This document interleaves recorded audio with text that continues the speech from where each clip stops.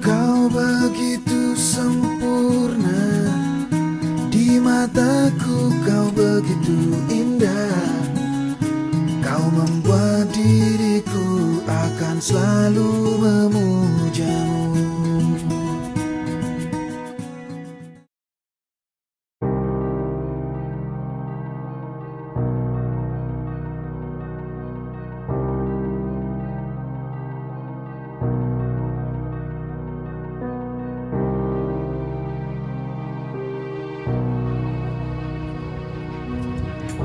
Mengikat jiwa.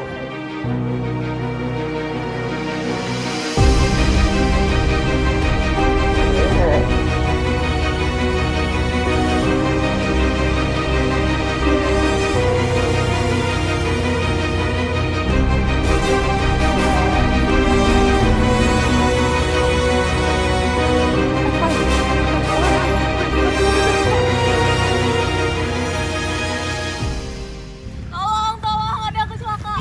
Tolong. Bantuin. Kenapa?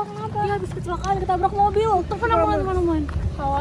Halo, tolong ada kecelakaan, tolong. Kecelakaan mobil.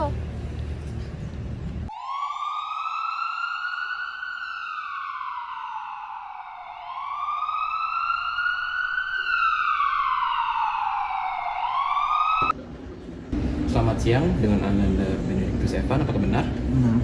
Baik, saya dengar Anda barusan mengalami kecelakaan mobil.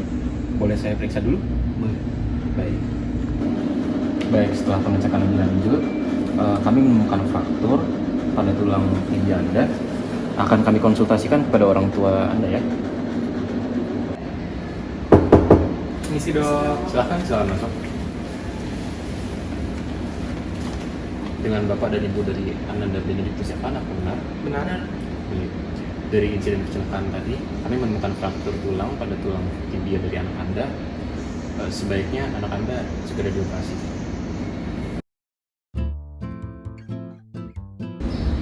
Etika kedokteran adalah prinsip atau nilai-nilai moral yang mengatur perilaku atau tindakan terkait pemberian perawatan kepada pasien.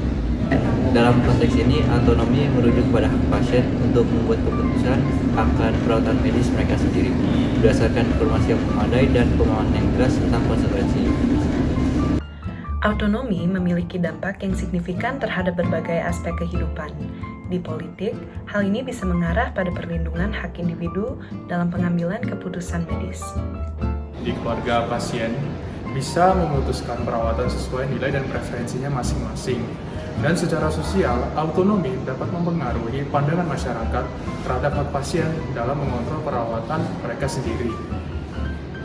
Adapun, terdapat beberapa sanksi yang dapat dikenakan kepada sang dokter apabila ia melanggar kode etik autonomi ini sendiri terhadap pasiennya. Yang pertama adalah timbulnya rasa ketidaknyamanan pada si pasien ketika ia berkonsultasi dengan sang dokter, yang kemudian dapat menimbulkan rasa ketidakpercayaan sang pasien kepada anjuran perawatan yang diberikan oleh sang dokter, atau bahkan pada tingkat yang lebih seriusnya, sang dokter bisa dikenakan pidana atau dijerat pasal-pasal hukum apabila anjuran perawatan yang diberikan tidak sesuai autonomi ini mengakibatkan kerugian besar terhadap sang pasien. Pelanggaran etika kedokteran autonomi dapat terjadi apabila dokter memaksa keluarga Evan untuk melaksanakan perawatan medis yang menurutnya paling tepat tanpa mempertimbangkan keadaan finansial dari keluarga Evan. Pelanggaran juga mungkin terjadi jika dokter tidak memberikan informasi yang lengkap mengenai sisi negatif dari pengobatan alternatif. Baik, berdasarkan pengecekan dari insiden kecelakaan tadi, kami menemukan fraktur pada tulang tibia dari Ananda Evan. Kami menyarankan dua opsi, yaitu pemasangan gips atau operasi pemasangan tendon. Untuk opsi operasi sendiri, apakah biayanya dapat ditanggung oleh BPJS, dok?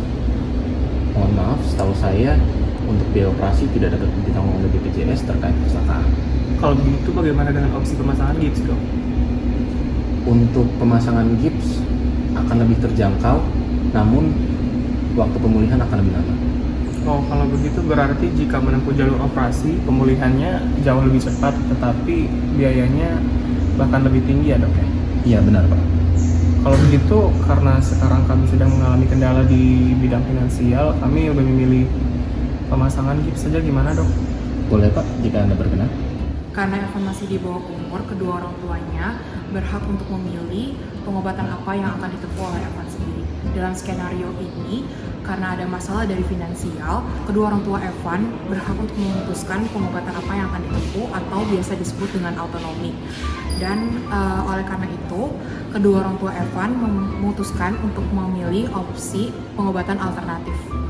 Seorang dokter harus selalu menghormati hak-hak tersebut, tapi juga memberi saran mengenai dampak dari setiap opsi perawatan terhadap pasien. Mendorong sikap menghormati hak individu dan kesetaraan dalam pengambilan keputusan merupakan dampak sosial dari menghormati autonomi. Hal ini nantinya akan membantu menumbuhkan hubungan kepercayaan antara pasien dan juga dokter. Nah, selain itu, kesadaran masyarakat akan hak-hak kesehatan juga akan meningkat. Tata krama selama kehidupan kedokteran melibatkan komunikasi yang jelas, penghormatan terhadap privasi dan kepercayaan pasien, serta berfokus pada kesejahteraan pasien tanpa diskriminasi. Hal ini juga mencakup kewajiban seorang dokter untuk memberikan informasi yang akurat, serta menghormati keputusan mereka dalam batas-batas etis. Ya, apalagi kita ninggalin orangnya gitu aja kan. Tapi harus nelfon mama papa.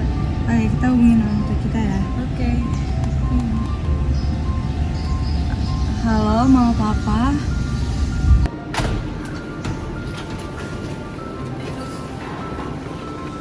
Permisi Pak, Bu, selamat siang.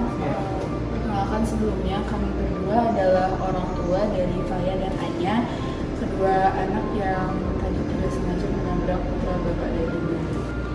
Kalau dari kami sendiri sebetulnya Bisa membantu Bapak dan Ibu terkait putra Bapak dengan dana untuk operasi putra Bapak. Kami bersedia untuk membantu. Bagaimana dari Anda sendiri bagaimana Pak?